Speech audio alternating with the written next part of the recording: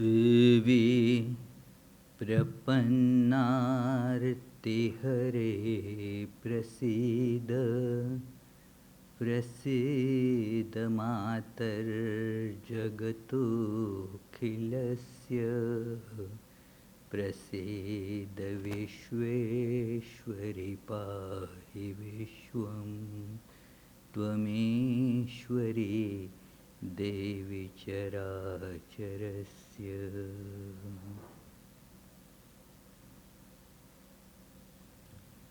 Salutations to the goddess of the whole three worlds, who remove the sufferings of those who take refuge in her.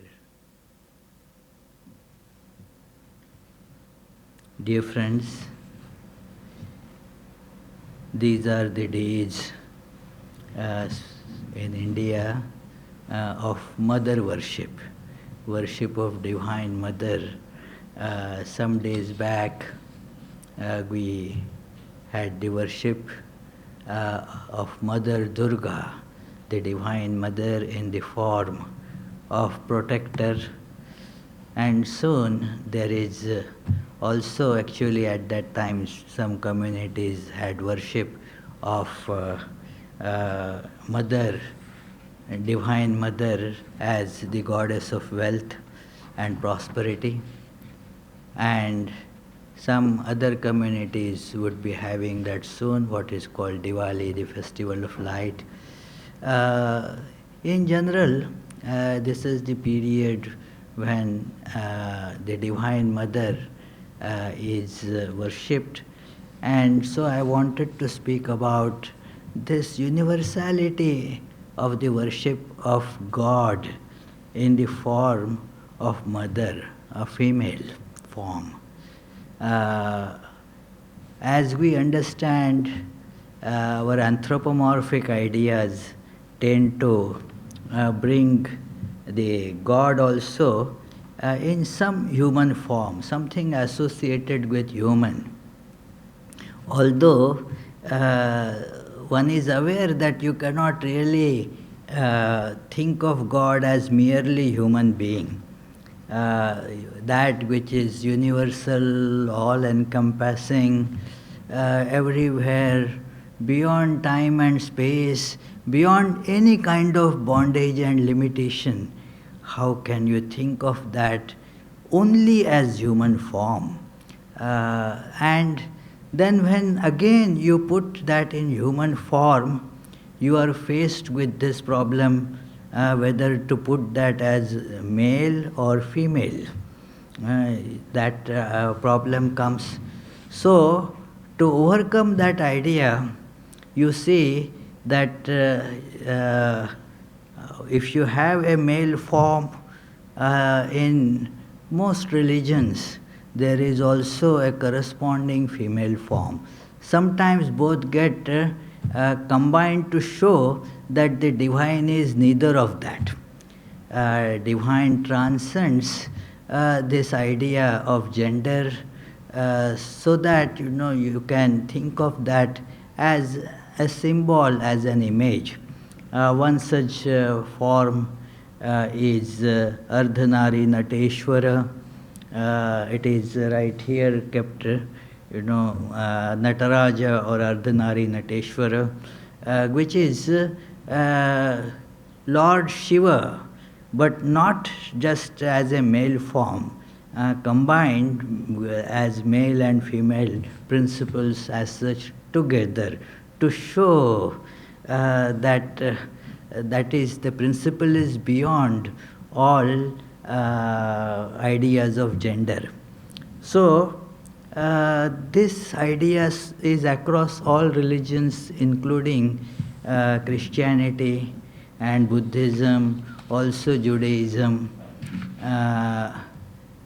And the topic that we have taken up for discussion today is the female form. Not just female, it is also worshipped in many places as male form. In Buddhism, as Avalokiteshwara or Avalokitashwara. I had heard this word long back before coming to US in India. And after I came here, I learned this word, Quanyin or Quanyin. And then I searched, what does it mean? In India, I didn't know that this is a female form. But here I saw, first I had the opportunity to see this image, this was, somebody had presented it. And this, of course, another one was brought by Peter, who is sitting right now there. This I don't know who brought. Did you bring this, Peter? No. And then,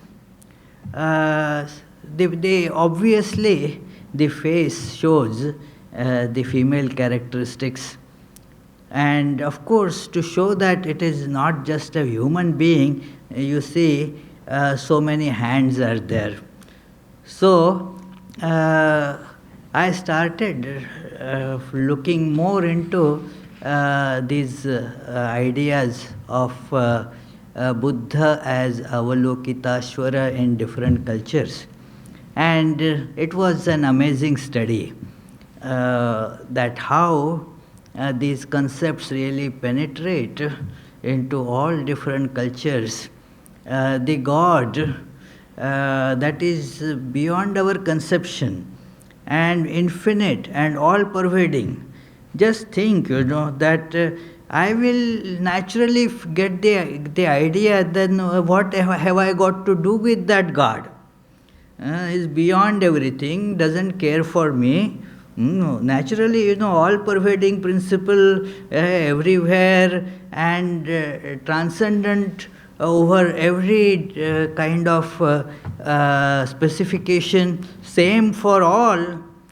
Then how am I to connect? How am I to pray to that God? So I need that very God to be transformed into something who has lot of compassion, who is, although transcendent, although beyond any kind of partiality. One idea of God is that God is impartial to everyone. But I want some partial favors, you see, that while the God should be impartial to everyone, still should pay some special attention to my particular needs, so that I can connect to that God, I can pray to that God. So this is the human need. And after all, as Swami Vivekananda has mentioned it at few places, a very beautiful statement, that while it may be true that God made man in his own image, the more practical truth is that man has made God according to his own image. Whatever are my needs, whatever are my concepts, whatever I can connect to, I make my God accordingly. So, and while one tries to do that, still that attempt is there to retain that transcendence of the divine, transcendental immanence of the divine, being infinite, being beyond time and space, all that is kept in mind, and yet a form is given that yes, it will still have an intimate, very personal connection with me. That is how the impersonal God becomes personal for us. Without losing that impersonal nature, it becomes personal. Just to give an example, we all here, in Rhode Island get waters to our faucets from that lake in Scituate. That's the big reservoir there. So from that reservoir we get, all of us get water. But what I get at the faucet here is my personal reservoir coming here. The same water, but then it is connected to me. So similarly, some divine principle that I can connect to, I can talk to. So, therefore, in Buddhism too, this idea came up. It came right from the time when Buddha had his nirvana, the experience of the state where that nothingness was perceived. All the forms, even the ego, everything kind of all disappeared. The knowledge dawned. And then he thought that, well, the purpose is done now. The path to go beyond suffering is found. And, well, that's done. Now, he thought he can give this wisdom to others if they want. But as we human beings are, he didn't see anybody ready to accept it. All were running after sensual pursuits, which again are sure to bring misery. Not that people did not understand it, but yet were still not ready to give up that mad pursuits. So Buddha thought, nobody is listening to me anyway. What is the point in preaching? Who is there to listen? That once I had asked one of our very nice teachers, that he used to teach very nicely all these scriptures. So I asked him, why don't you write a book? Said, who is there to read? It is where do you find people who will be interested enough to really spend time in that? So Buddha had that kind of a first idea, and then a vision came forward. This vision is described in his Sanskrit biography, that it was seen there that there are lotuses in the pond. A pond was, he saw a pond, and the sun was slowly rising. And some lotuses were already in bloom. Some were deep buried inside the waters, and some were just coming on the surface. So he saw by this that those who are already bloomed, they don't need the light of sun anymore, they are bloomed. Those who are deep buried, they are not, this light of sun is not going to reach up to that level. So sunlight is not required even for them. But there are a few who are just right on the surface. They are looking for that. And so Buddha realized that he can teach some of these very few, but well, yes, they can become then the torch bearers. Let him therefore preach. That is how the Buddha then became compassionate. That, come on, although not many will be seeking it, let me try to give it. And so he started preaching. So this was first kind of expression of this Avalokiteshwara. Avalokiteshwara, and there is another this thing, form of this Avalokitashvara. Actually, the Chinese translation, Quanyin, is more corresponding to Avalokitashwara, which has two different meanings. It was earlier thought that probably Avalokiteshwara, and because of lack of exact pronunciation of the vowels, might have been changed into Avalokitashwara, and just it was a mistranslation. But then, actually, one text was found in original Sanskrit where this word was used. This comes in what is called Saddharma Pundarika, or what is commonly known in America or the English readers as the Lotus Sutra. In the Lotus Sutra, in the early these things, early transcriptions of it, the word is spelt as with A, Avalokitashwara, which has a little different meaning than Avalokiteshwara.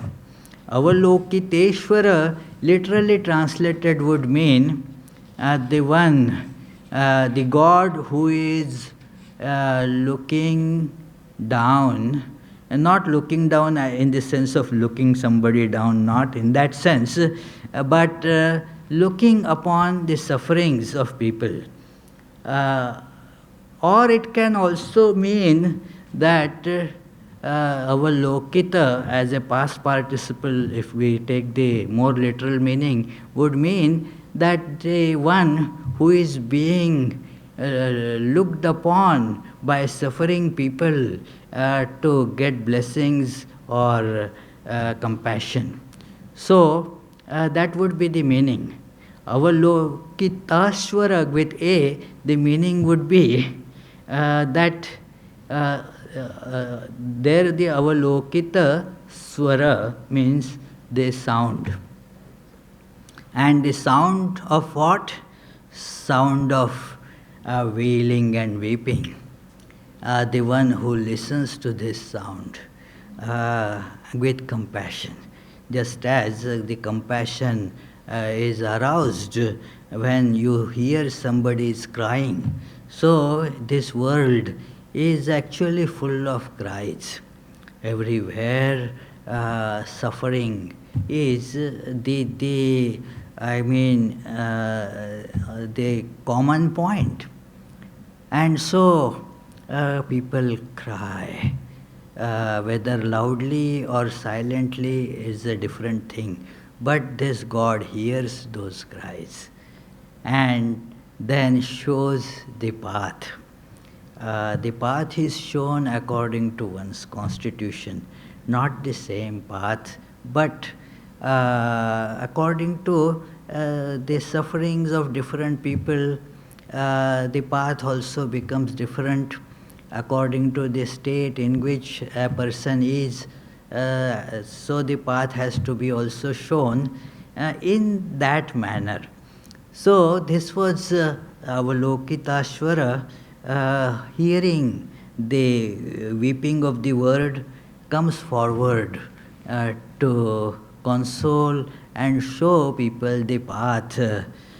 Just as in this song we said that show us the way, that Mother of the universe, guide and protect us and show us our path. So this is Avalokitashvara, and surprisingly many of these images were made. The Buddhists were great with their images. And also at that time there was a tremendous confluence between the Vedantic tradition, Tantric tradition and Buddhist tradition, and as it entered into Tibet and China, the Taoist tradition. All these combined together to create this wonderful character, Quanyin or Guanyin, it is. It has female forms, and with such variety.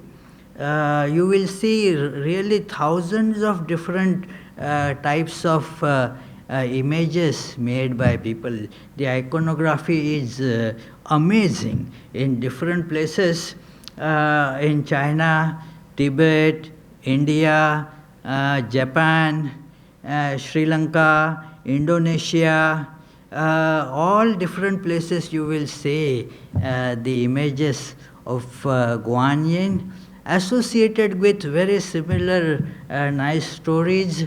You can see the influence of this what is called Shakta Tantra or Matra Tantra very evident in many of those places, as like in Tibetan tradition.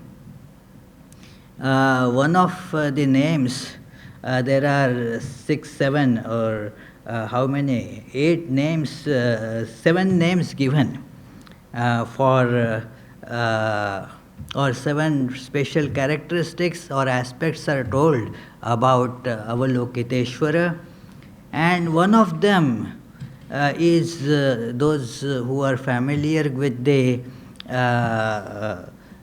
these Shakta Tantra or the power Tantra. One name is very common, Hayagriva. Hayagriva is one of the highly studied Tantra in the tradition of Shaktas. And this one of the names of Avalokitashvara or Avalokiteshwara is Hayagriva. Means actually I don't know or how this exactly this name comes. It literally means the face of a horse or head of a horse. So head of a horse is the name of this tantra. Actually there was a sage whose name was this. Probably he had a longish neck or whatever, but he had that name and he wrote that book and therefore it got that name. Whatever it may be. And many of these names, they are very similar to the names for either Mother Durga or Mother Kali. One of the names, for example, for Avalokiteshwara is Tara. The image of Tara is there in China as well as in Bihar, in India. So, they have their special characteristics and many beautiful legends abound around many of them. They are endowed with so many characteristics of protection and bringing deliverance. But one special mark is that you will not get liberation unless you accept the truth. The truth has to be accepted. You can, to the extent that you can implement that truth in your life, you will get the joy of liberation. Till then, there is no end of suffering. The suffering is because of the ignorance. And so as the knowledge seeps in, the sufferings will go away. There is no shortcut. The stories are told just to make us get interested in it. But soon it transpires that what it means is you have to get that knowledge, imbibe that knowledge, live that knowledge, and then only there is the cessation of suffering. There are many Buddhist texts which contain the references and the stories about Avalokiteshwara. I mentioned Lotus Sutra. In chapter 25 of Lotus Sutra, there are 33 manifestations of Avalokiteshwara described. And at different places, just like you read in the 700 verses on Divine Mother Durga Saptashati, that how she has different forms. At different times she has different numbers of heads and hands. So many such forms are described. One is 18-armed female called Chandi Bhagavati. So it is very similar to that name of Mother Durga, Chandi Bhagavati. And they are all having this attribute, that great compassion. It is in Tantai, in tradition of Buddhism, these things are described, that great compassion, loving kindness and courage, universal light, and leader, pathfinder, protector, and great omniscience and great omnipresence. That is, these are the characteristics of her. Then there are other sutras like Heart Sutra, very well known Heart Sutra. It also mentions of this Avalokiteshwara. Dharani Sukta, that also mentions Avalokiteshwara. Although it is mainly popular and very highly respected in Mahayana traditions, in Theravada traditions also, and Vajrayana tradition and Buddhism, of course, in Tibet, they also accept this lot of temples. In even Sri Lanka, you have where it is the practice is Theravada. So there also you have Avalokiteshwara, who is called actually there as Natha. In Zen tradition of Buddhism in Japan, that gets the name Canon. Canon is the Japanese name for this. And there are many pictures actually, of course quite a few are available on internet, but there are many nice books also. It would have been nice if I could show you the pages in this. This is a very nice collection, and our library has many other books with the pictures of various Buddhist iconography, which you can look at. You know that how in different places these things have been depicted. There is another name which is surprisingly amongst all these female deities, there is the male form also of Avalokiteshwara, that is Trilokanath temple, and that is in Himachal Pradesh, which is a Buddhist monastery. And in Theravadins, therefore they call Avalokiteshwara as Natha. So Natha is their name for Avalokiteshwara. Natha means it means the one who protects, who is kind of he provides. So the provider and the protector is called Natha. So that aspect of God. And the stories, the ideas abound. It is told that the Buddha was not the first Buddha. He said that I am in the traditions. There were infinite Buddhas that whosoever gets knowledge. But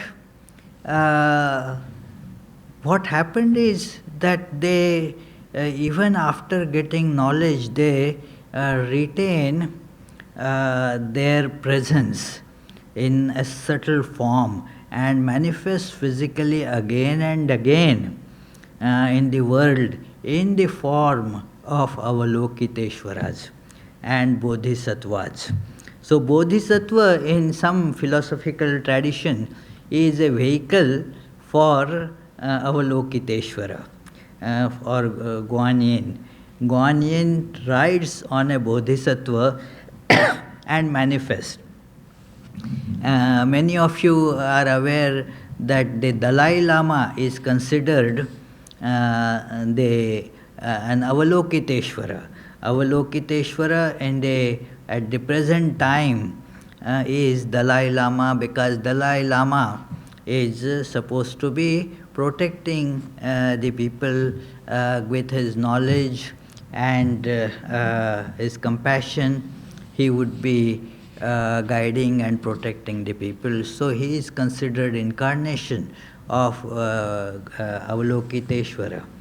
So you see these, there are many meanings also associated with it, that how, one story I will relate just to show how this compassion comes there, or how this compassion gets manifested. There was a king, and this king has a very beautiful daughter, and she was tremendously spiritual. The king decided to marry her with a very wealthy but an old person, and she did not want to get into that wedlock. So she told her father that, look, I will marry, I will enter into wedlock if this wedlock is going to bring deliverance from 3 sufferings. The father asked, well, tell me, dear, what these 3 sufferings are. Then she said, the suffering that one gets because of the old age. As one starts becoming old, one gets the suffering due to old age. A person loses all strength, cannot walk properly, cannot use his limbs much. So, the sufferings of the old age, I want, if my wedding can deliver this world of this suffering. Also, what is the next one? The suffering that one gets because of disease. All people here, now and then we have suffer because of the diseases. I have stomachache and headache and this and that. So the suffering because of the diseases is there. So let the world be freed from this suffering. And then there is, of course, the all-pervading suffering of death. So if my marriage can bring deliverance from these 3 sufferings, then I am ready to marry. Now the king says, well, what do you think? How can you, who can bring deliverance from these 3 sufferings? It is not possible. I cannot guarantee this to you. And then, but still you have to get into this marriage. And it is said that she was forced into it, but then something happened, some miracles, and then she could not, that marriage didn't work out. So she, now the king thought that now what is to be done? So he decided to torture her to again get into the wedlock properly, and he stopped giving her food, but yet she didn't, she continued. Then nothing happened to her. Then he decided that let her be sent to a monastery. There was a Tibetan, that monastery there, Buddhist monastery, and he told the monks, make her work day and night, give her very little food, till she agrees. So she will know that this life of a nun is no good. And she will get ready to get married. So let her understand that the life of a nun is terrible.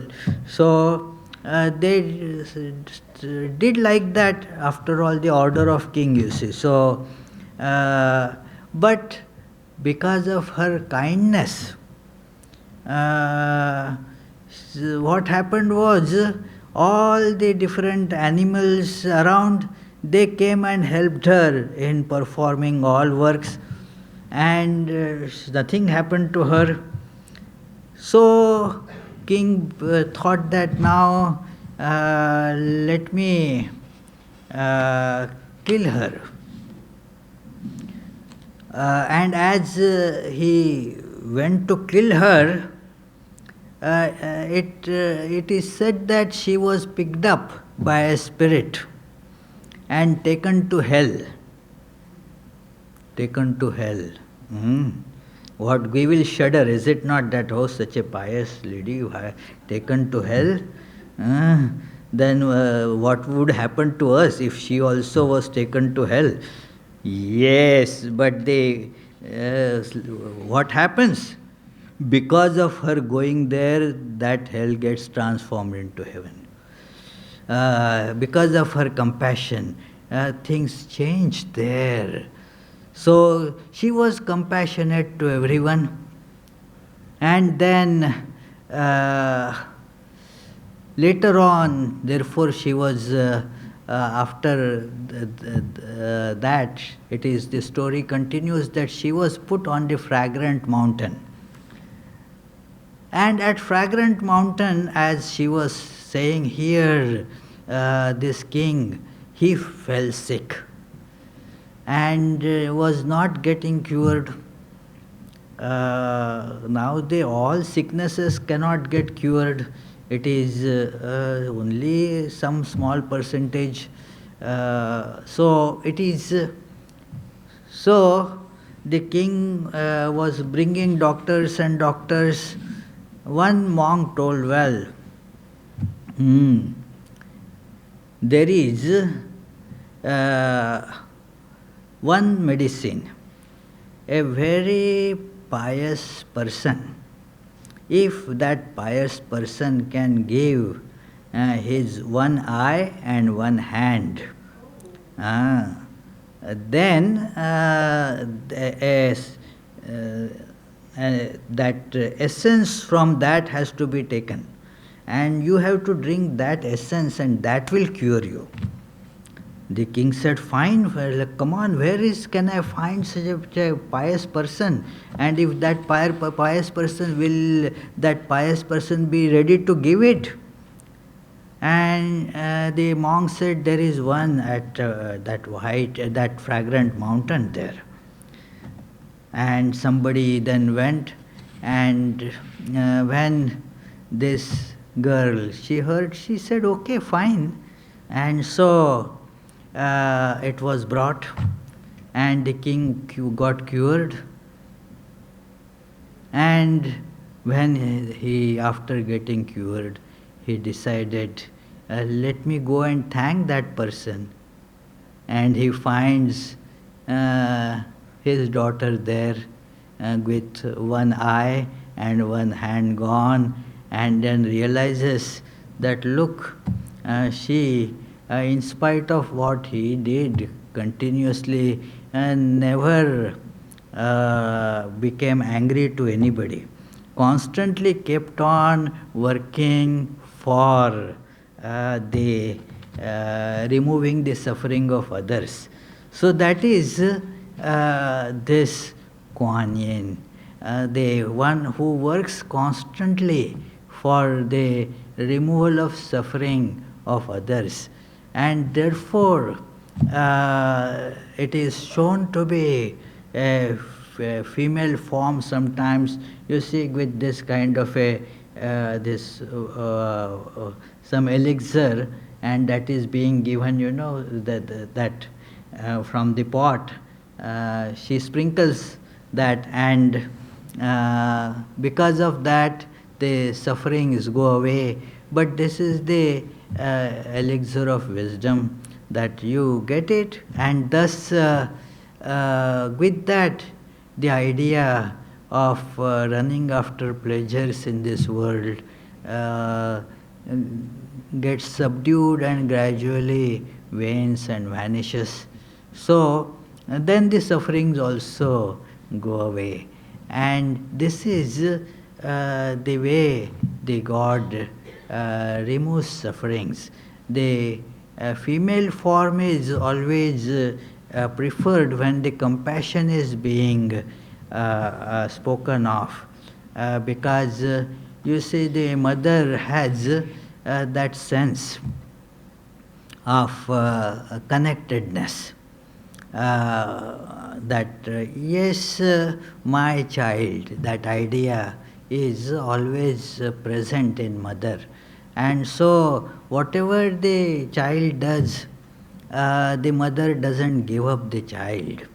As Holy Mother had said, somebody, when she was there, and a person used to come who was not really, was committing bad actions again and again, and so somebody complained about it. And then she said, look, when people come here doing various things, but when a child gets soiled in the mud, does the mother throw away the child? Mother only cleans the dust, the mud, doesn't throw away the child. So I cannot throw away whatever they might have done. So this is the compassion, which is the completely bereft of selfishness. There is therefore you see this beautiful female form associated with Quanyin. In many places, of course, there is male form also. Many of them are suggestive of some great qualities. In Tibetan tradition, there is Arya Avalokiteshwara. Arya means the of pure descent, and also having a very high standard. So he looks down upon the world with this idea that I will lift them up. So Arya Avalokiteshwara. They have also the idea of Avalokiteshwara, which is omniscient, knows everything completely. That is called Chintamani Chakra. So it is all these different things. They really, Chintamani Chakra means it is that light all the time, and all the thoughts are contained in that. In many mandalas in the Tibetan these things, you have therefore these ideas ingrained, and they are used for the worship of this Avalokiteshwara. Before we began this thing, that we had that chant, Om Mani Padme Hom. That is how this Avalokiteshwara is meditated upon. Mani Padma is a beautiful symbol, that it is, Padma means lotus, in that lotus inside the heart. In that heart, you think of that Om, that is the primordial sound, and then whom. That means, yes, its benevolent presence is there, that is depicted in and through all this. So, this evening, friends, let us feel the presence of Divine Mother in various forms in us. God present in us in the form of this compassionate Mother. And let us pray for the grace and our connection with that form. Thank you, friends.